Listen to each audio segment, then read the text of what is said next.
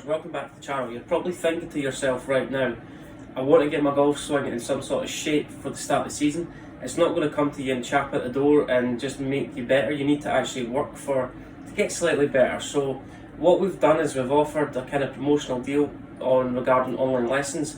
It's a flash sale. The sale ends tomorrow night. What I would like you to do is just, if you're interested in kind of taking up on the offer, feel free to get in touch and we will give you some details back as soon as possible.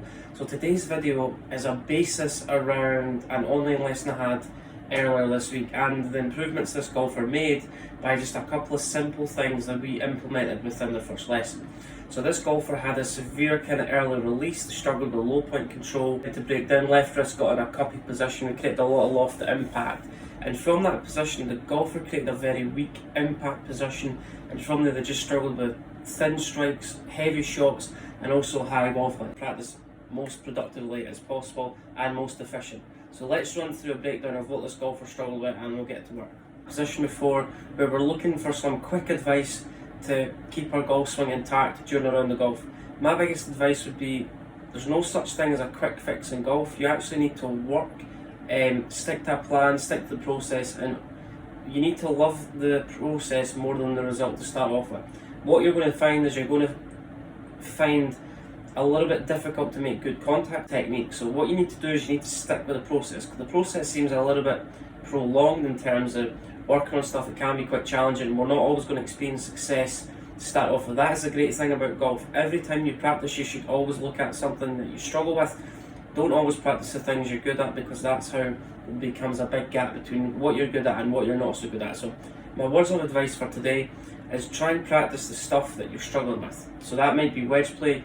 Use each practice session as like a refresher, a feedback session from your round of golf prior to that, as to what you need to work on, and try and obviously improve all departments within your golf. So extension, that would be flexion, that would be radial deviation, that would be ulnar deviation. Characteristics have a big influence on the way you release the club and also how much loft that you can create at impact. So we kept this nice and simple. What this golfer done was they set up to the golf ball, and their tendency as they get into impact, their body stopped turning. So what I mean by that is the downswing became a little bit steep, so the body realised, right, I need to create space here. So what happened from there?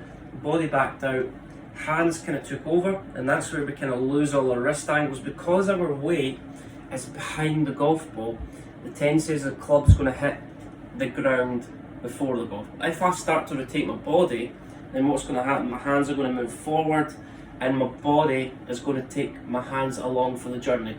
The biggest thing I see within golfers who are struggling with contact issues with, let's say, their iron shots and low point, pushing a little bit too far forward.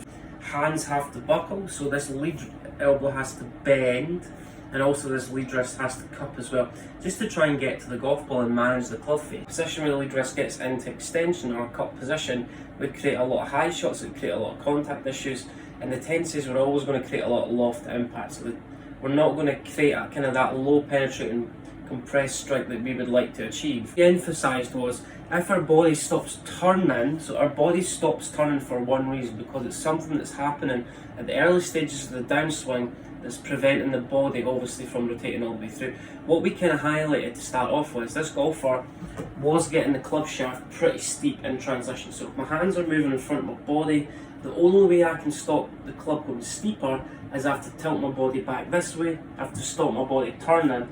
And if you see, when your body stops turning, that automatically gets the shaft. So if I get the shaft moving steep here, if I stop my body turning, it naturally shallows it. The club face is wide open though, and then from there we can just maintain a little bit more width. Almost create a little bit more of the wrist leading the fingers. So the wrist kind of position, the wrist is behind the fingers. So what we said was you need to almost feel like you're just trailing your left wrist. If we start to rotate our body, if everything starts to move to the left through impact, by default my wrist is naturally going to go in a bowed position, almost in that position. So left palm to the sky, the back of my left wrist pointing towards the ground.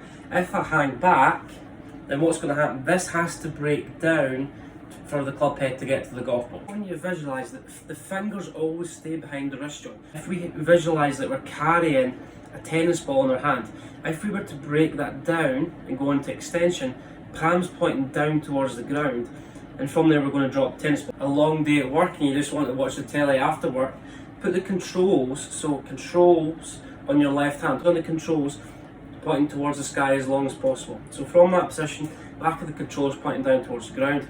I'm just going to let my right hand join the controller there. So lead wrist back down towards the ground, almost in that position, knuckles to the ground, buttons to the sky. Lagging the club head behind the hands as we have to release it at some point. So we're going to have a little bit more of a down cock where the wrist gets a little bit more in kind of ulnar deviation, where we create a little bit more freedom, where that allows the club head to release through impact. But we don't want to release those angles too early, almost in that position, because that gets the lead wrist in an extended position. Just leading the fingers as opposed to the fingers leading the wrist.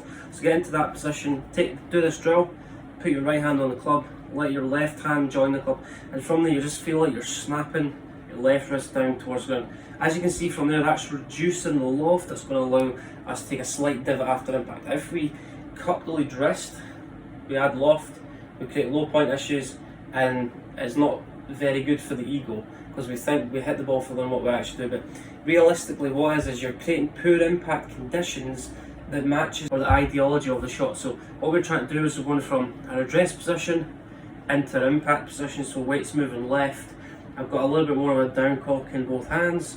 I've got a little bit more of a kind of bowed position on my left wrist, and what I'm going to do from there is we're going to go back to that drill where the hands are favouring my left thigh, club head's in the middle of my feet. I'm just going to drag them up, going from extension, cup position into a little bit more bowed and a flex position. This does create a little bit more compression, and this golfer's gain 20 to 30 yards just by learning how to release the club from changing the wrist angles from obviously an extended position into a little bit more of a flex position, and obviously just allowing their body to rotate a little bit more towards the target. I want you to visualise that you just put both palms together, you're just trying to feel like you put pressure with your right hand on your left hand, almost in that position. So that's your impact position. We don't want to push too much with our left hand against the right. We're pushing, we feel like we're pushing our left hand down towards the ground, but the right hand's pushing against the left palm, almost in that position. Because that's going to create a little bit more of a kind of compressed strike, and that's going to help you develop your iron play. Guys, make sure you hit that subscribe button. If you've got any questions regarding this video, feel free to post your comments below and we'll get back to you as soon as possible. Have a great weekend.